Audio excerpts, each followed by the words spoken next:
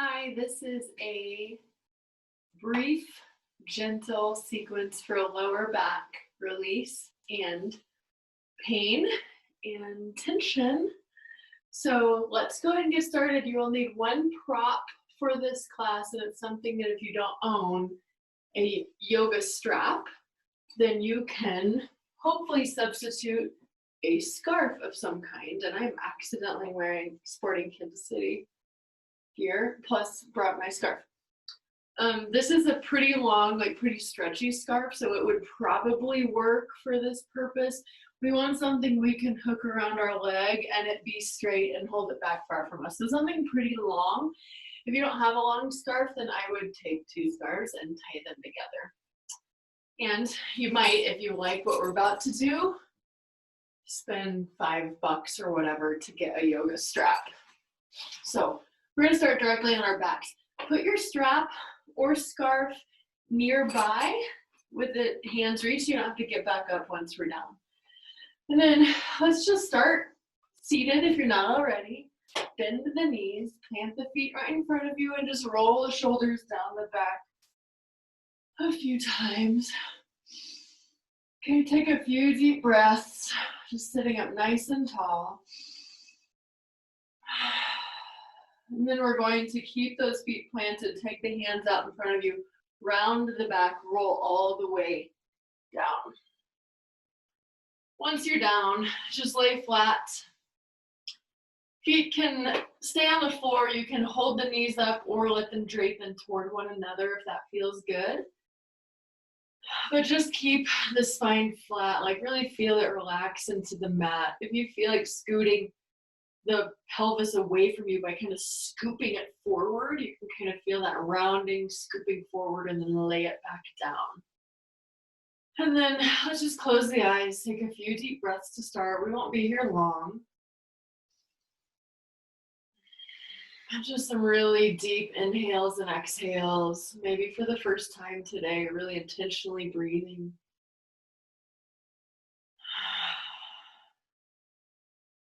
Good. Let's lengthen the left leg and draw the right knee into the chest and just take some circles, drawing a circle in the air with your knee.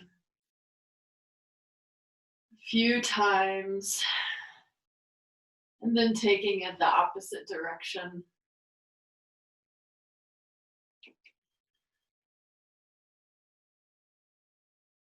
And then switch legs.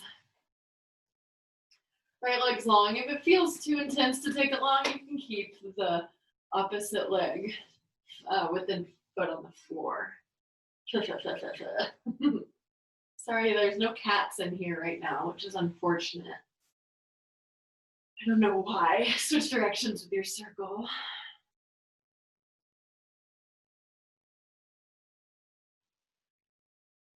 And then go ahead and plant both feet once again on the floor, knees bent.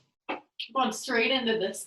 So take it easy because this can be a really intense stretch, but it doesn't have to. So we're just getting warmed up. So don't take it too intense if it doesn't feel good. So take your strap or scarf. Pick up the right foot with the knee bent. Wrap the strap or scarf around the ball of the foot. If you're using a scarf, just do your best to get it on that ball of the foot rather than the most, catching point on the arch of the foot. And then straighten your leg as much as feels good and feels possible. You want that strap or scarf right about the middle so you can hold on to both sides of the strap. And then drawing the shoulders back down, elbows toward the floor, just sway the leg left to right. As you can see, I have a little bit of a bend in my leg.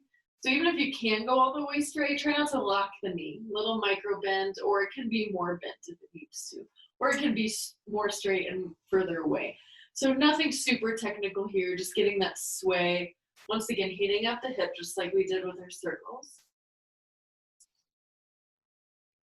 And then from here, we're gonna wrap the strap or scarf. If it was a thick scarf, this could be a challenge, but do your best to wrap the strap or scarf around your hand. So really give it a good wrap rather than just clenching it with your fingers. We're trying to, just let the hands be its anchor. And then open the leg out to the right. From here, and your leg may not go that far, it may go to here. or it may want to go toward the floor, but open the leg out. You can keep this left leg bent as an anchor, or if it feels good, then you can straighten it, but play with where you want to be there. Make any adjustments you need to. And take several deep breaths. Avoid clenching up your shoulder. Your hand is holding quite a bit of weight with your leg. That can be active without clenching or tensing up toward your shoulders. Additionally, stay there. I'm going to just show you if you want.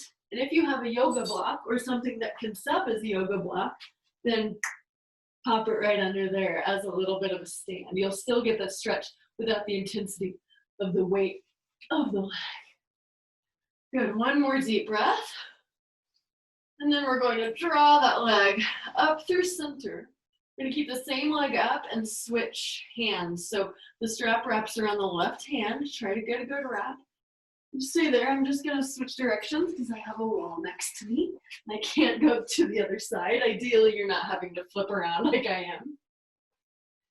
And then this time, if your left leg is bent, go ahead and straighten it.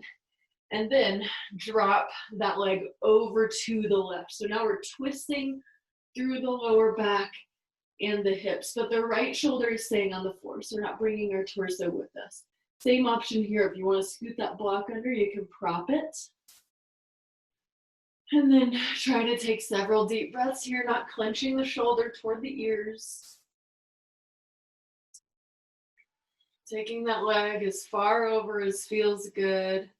And if this causes any pain or pinching or burning in the lower back, then either take it up higher until it just feels good and safe, or skip it altogether. It's the ultimate rule of yoga, at least in my class, is to not ever push through pain.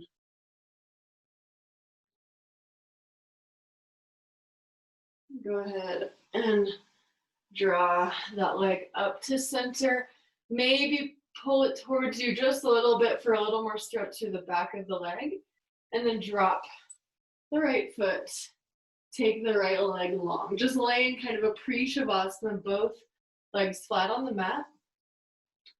And maybe take a moment to notice if your right leg, right hip feels any different, any longer than the other. Couple deep breaths. Then let's go straight into the opposite side. So if you would like to bend your right leg for the first side, then you can. Otherwise, lift up the left leg. Bend the knee enough to just really draw it toward you so you can get the strap situated on your left foot, and then press it up. And before we open up, just holding onto both sides of your strap or scarf, take these movements nice and slow. Now, I didn't say this yet, but if you don't have a scarf that works or a strap, then you can do this just holding onto your leg. You can even just hold on to your pants. Maybe put on pajama pants instead of leggings so you can really hold on to them, some nice stretchy ones. That gets a little more challenging as we open out to the sides, but it's definitely plausible to do without any prop. So as you're ready, let's wrap the strap or scarf around the left hand and then open that leg out to the left. So I'm gonna show without the scarf. In case you don't have anything to use, then just take it out and let it go where it goes. The strap just helps us to pull it up a little bit to get a little more opening in the hip. But if you just take it out to the side without the use of a prop, then you'll still get a nice big opening in the hip. So breathe deeply here.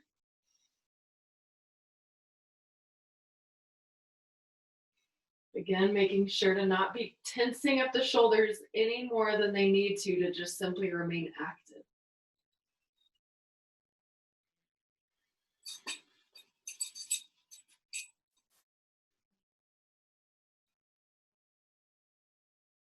And slowly draw that leg up through center. Take a few sways left to right as you switch hands. Same leg, opposite hand. Wrapping the right hand through the strap, left leg lifts, and then twisting once again. You stay where you are. I'm going to spin around, twisting to your right. Straightening the right leg if you haven't already in order to enable the twist. Left shoulder remains down. Right shoulder remains somewhat relaxed. Maybe flex the left toes just slightly. Really feeling maybe opening, maybe a little adjustment through the lower back.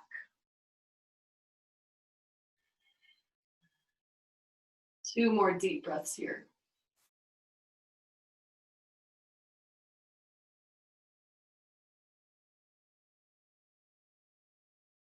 Slowly lift yourself up.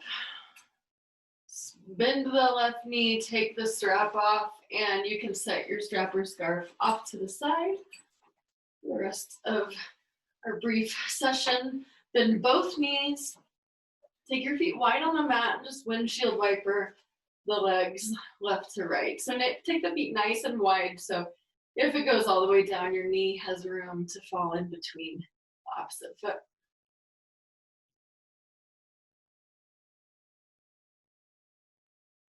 And then bringing the knees back up to center. We'll come into the figure four stretch. So cross the right ankle over the left knee. Press the right knee away. If this feels like a big hip stretch for you, then just stay right here. This is your stretch. Otherwise, pick up the left foot off the floor, draw that whole set of legs toward you. You can thread your hands behind the left leg, let the left foot relax, flex the right foot slightly. You can also just use your left hand on the leg and then press the right knee away.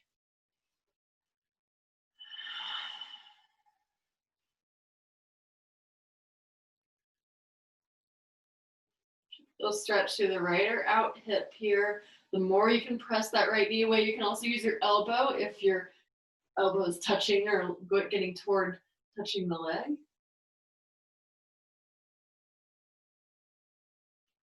Make sure that the back of your neck is nice and long so the chin can slightly tuck to keep from compressing through the back of the neck, jutting the chin up.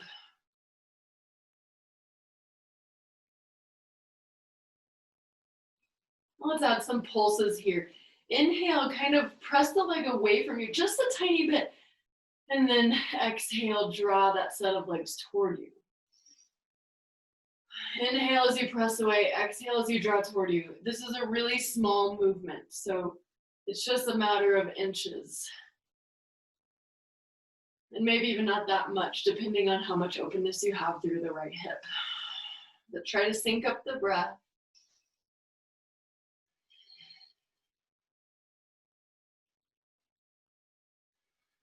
And then go ahead and draw the left foot down. Right foot comes down. Couple windshield wipers. And go straight into the opposite side. Left ankle crosses over right knee. Same option here. You can just press the knee away if you feel a good stretch through the left hip, or pick it all up and draw the knee toward you until you do feel that stretch. Left elbow or hand can press the knee away, or you can just hold on to the back of the right leg and hold here for several breaths. Right foot relaxed, left foot slightly flexed. Check through that back of the neck, nice and long.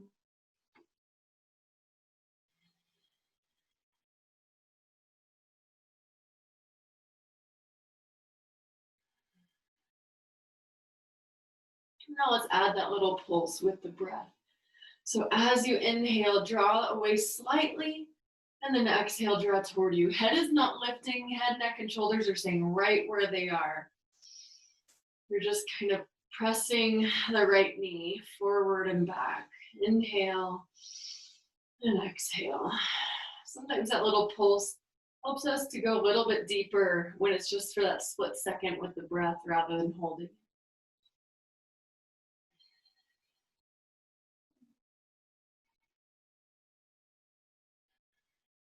Two more.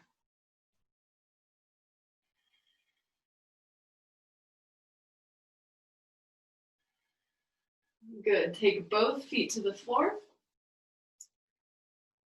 And we're going to do a little core work here because one of the biggest causes of back pain is a lack of strength through the core. Because we tend to get strong arms, strong legs, but then sometimes in here, or strong front of abs, because that's what we think is core, but it's actually the full circumference of the core is what we want to strengthen. So let's lift up the legs at approximately a 90-degree angle in the knees and the hips. So the knees are stacked right on top of the hips, feet are shooting straight out from that. And from here, press the lower back into the floor, which you barely can see. You probably can't see me make hardly any change. But imagine scooping your pelvis up, pressing the lower back into the floor, and just hold here. Maybe flex the toes back toward you slightly. Now, as you hold, keep pressing. One thing you can do as you practice this over time is take your same scarf or strap. You don't have to do it now, but you're welcome. And you can slide it underneath. Keep holding if you choose to, underneath your lower back. So it's right in that spot that has the arch in it. And then lift the legs up once again. Press the lower back into the floor and gently tug with one of your hands away to enforce that press. Because the moment you start to relax and release, then you can yank that strap. So yourself, or imagine that someone is pulling, tugging on that strap, and press the lower back down. And let's just release, take the feet down. Just rest for a moment. And then let's do one more round. Lifting the legs into our 90 degrees, keeping the legs slightly apart, and then drop that lower back down. And just hold, again, the shoulders, neck, and head are staying on the floor. We're just simply holding this activation into the core. Keep holding. If you own a yoga block, then you can add on to this by taking your yoga block probably at like tall heights so that it's kind of at its midpoint on the block, or at narrow height, and squeeze your legs together. Squeeze the legs together on the block, press that lower back down, tug that strap, and you can feel so much activation in the core. So you have a few options here of intensity for this core activation. One more breath. The key with core work is to not hold your breath, so keep breathing. And then let's release everything down. Nice, good core work. Take those windshield wipers a few more times. And then from here, we're simply going to, if this feels good on your back, rocking chair yourself up to a seat. You can also just roll off on your side and gently press yourself up to seated. Otherwise, take the hands behind the legs and lifting the head slightly, just rock and roll a few times. If that feels good on the back, it's a nice little massage. And then come all the way up. We're gonna come through to hands and knees. In hands and knees, let's take a few rounds of cat-cow, just dropping the belly toward the floor, lifting the chest slightly. And then rounding, arching the back toward the sky, cat-cow. This is cat pose, and this is cow pose. Nice and slow, avoid the temptation to speed up. Drop the head as you come forward to cat marjariyasana. Now as you lift forward to cat-cow, Bidavasana, think more about the chest coming forward than the head. So the head's just gonna lift slightly, not trying to look toward the ceiling. One more full round, nice and slow.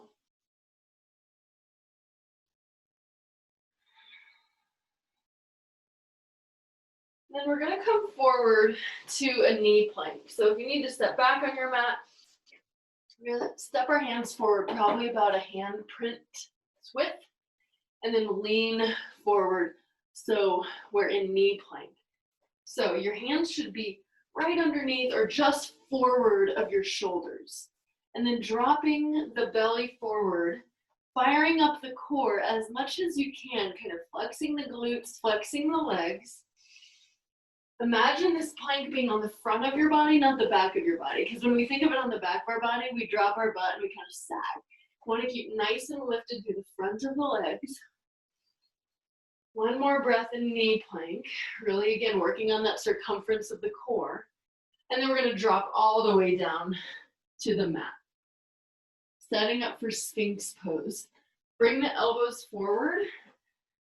Hands are pressing down, so your forearms are in an 11. Your elbow is directly under the shoulder. So the elbow isn't too far back. or too far forward. Hopefully you can see me because I didn't mean to wear dark clothes on a dark colored mat, so hopefully everything is not blending. Elbow directly under the shoulder. Palms pressed down, press the chest up and forward and just look straight ahead.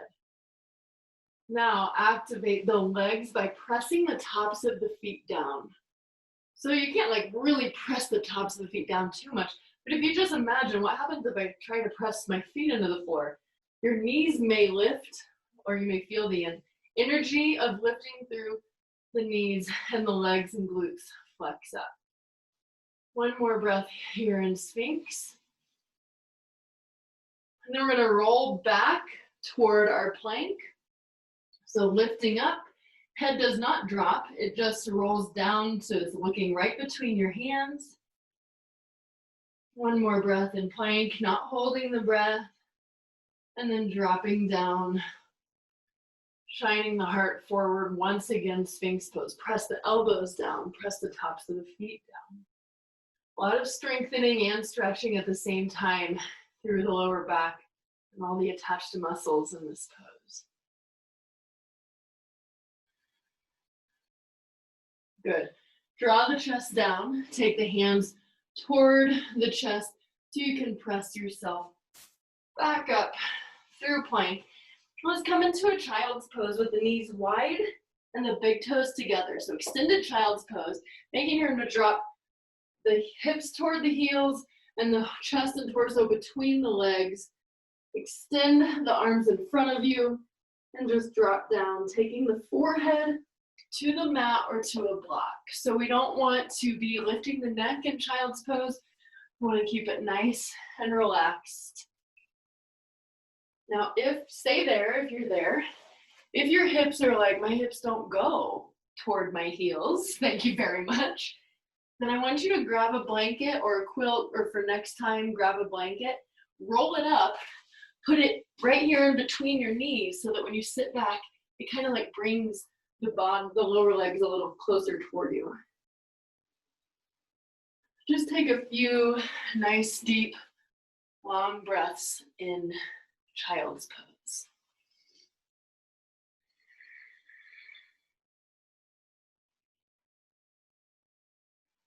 Good. Slowly press back up toward hands and knees.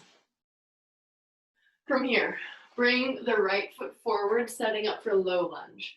So right foot forward, the right knee is going to be stacked right over the ankle. So we want a straight shin, and then lift yourself up so that you can rest your hands on your leg and drop the weight forward. Not all the way, we're not just going to like sag down and hang out. We're kind of going to find that active place. Dropping weight forward from the left knee, so there should be a stretch through the left leg without sagging all the way down. Nice and active. Now you can stay here, or if it feels good, lift the arms and maybe little tiny back bend. Again, only if that feels really good and safe in your lower back. Otherwise, you can stay a little more upright, or you can just keep the arms down. 2 more breaths.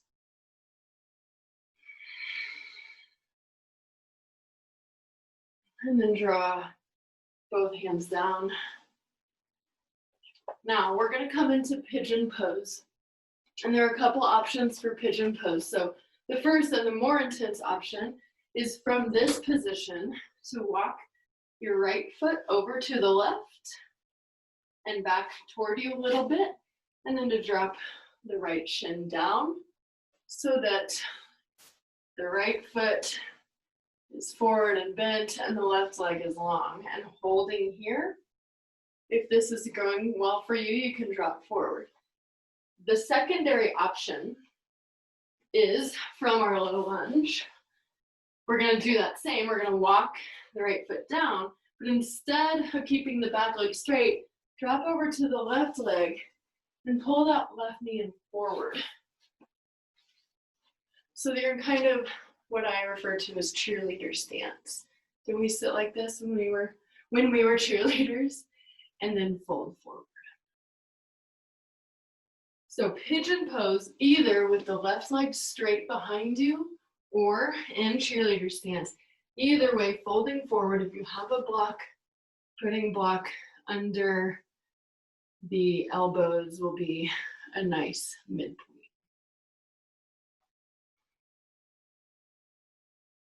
Several breaths here. A lot of lower back pain. It's extremely common, let me say, for lower back pain to originate from the hips and from the psoas. The psoas is the only major muscle that connects our lower body to our upper body. And stay there holding for a few more breaths. But if you can see your screen, don't look up if it's going to tweak your neck. But the psoas is running kind of from in front of the pelvis up around the hips and connecting to our lower back. And this is a really good stretch for it, because what often happens is our psoas gets tight and short, especially from sitting a lot, but generally from like just normal life. And when that muscle gets short, then what happens is it tugs on our lower back. And when it tugs on our lower back, it causes a ton of pain or discomfort or tension. And so stretching the hips and the psoas is one of the best ways to relieve lower back pain. Slowly sit yourself up from your pigeon. And we're just going to swing that left leg around. So regardless of how far it was behind you, we're going to swing it forward, plant both legs, and just lean back and take a few of those windshield wipers.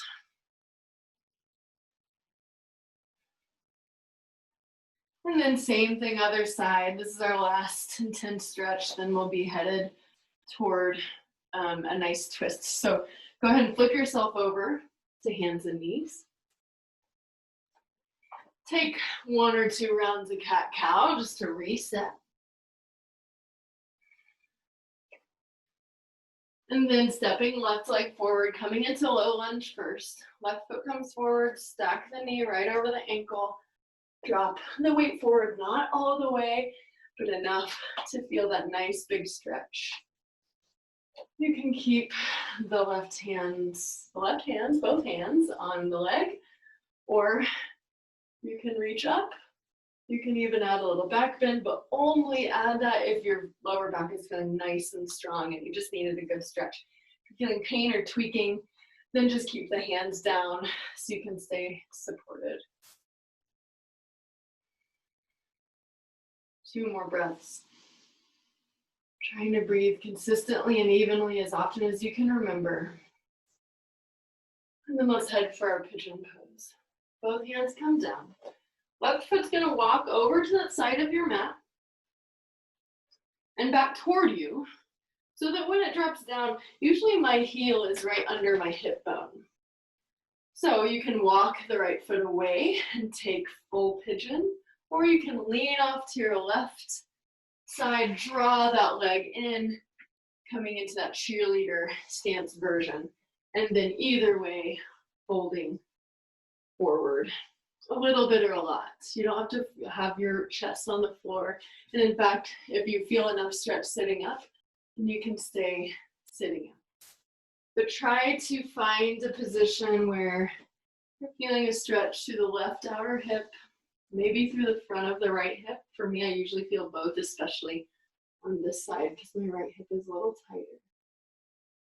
And maybe you can even identify that stretch in the psoas. It's not a muscle that you can like, I'm going to stretch my psoas today in the same way we can stretch our quads or stretch our shoulders.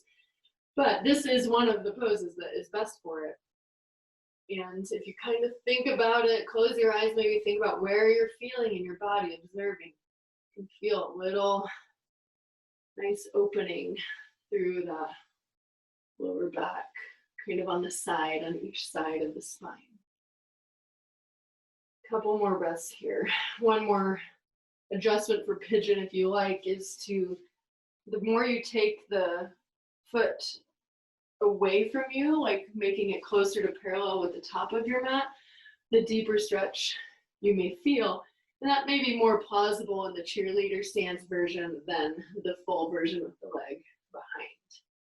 If you have another name for the cheerleader pose, then please let me know.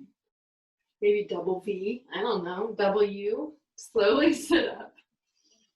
And once again, we're going to just swing both legs forward, If your leg was fully behind you, just roll off on the opposite hip, swing forward. And just a couple more moments to even it out. And then we'll come on to our backs for final twist. Once again, round the back, if you can, one vertebrae at a time, almost as if you could do that until you're down, or just flop down. Roll the cheese into the nest, the knees into the chest. Rock left to right a couple times.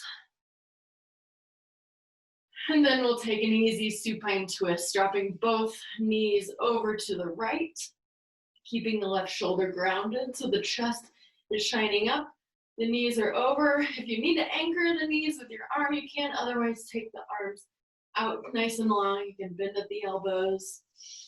Take several deep breaths. Now, if your knees are floating and not coming gently to the ground, then grab your block or rolled up blanket that you may have used in your child's pose and put it in between your knees.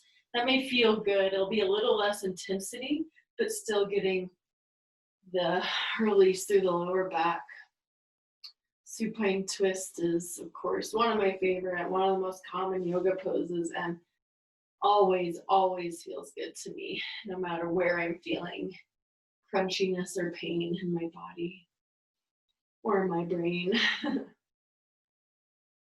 I'm moving us through pretty quickly in order to not make this class too long, but this is a great pose to take like 5 times as long as I'm taking. So we're at the end of class, so feel free to stay in that twist for a few more minutes, but if you want to move with me, then go ahead and bring it back up through center, rock left to right. You stay there. Once again, I'm going to just spin around, ignore my spinning in this class, and then drop both legs over to your left. Heart shines up, palms face up. Arms are either extended out from the shoulders or can be bent at the elbows.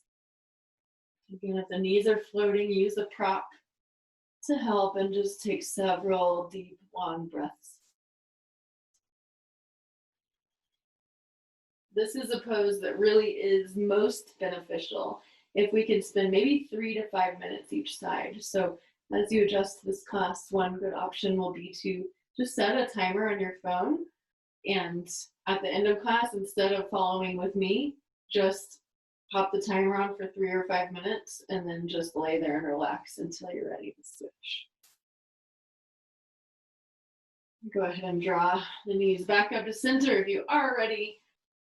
Take a few more rocks left to right. And then one final pose if you would like. Happy baby. Picking up both knees, drawing them more toward the armpits than the chest, so opening the legs out wide. And then you can either grab onto the fronts of your shins, or if you can reach, thread the arms inside the knees to the outside of the feet and rock. Maybe rock left to right. You can stay still. You can rock. You can play with straightening one leg. But again, this opening in the hips is what helps us to open and release the lower back. You can imagine you're in an upside down squat. That's kind of the shape we're making with the legs. And then draw the knees together.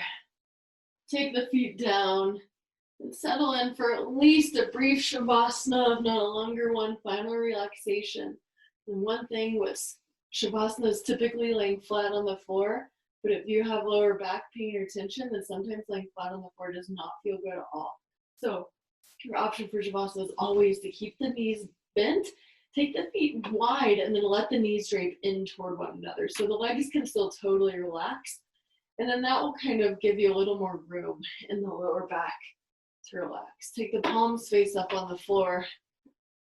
Next to you, take at least a couple big cleansing breaths, inhaling deeply, exhaling out through the mouth.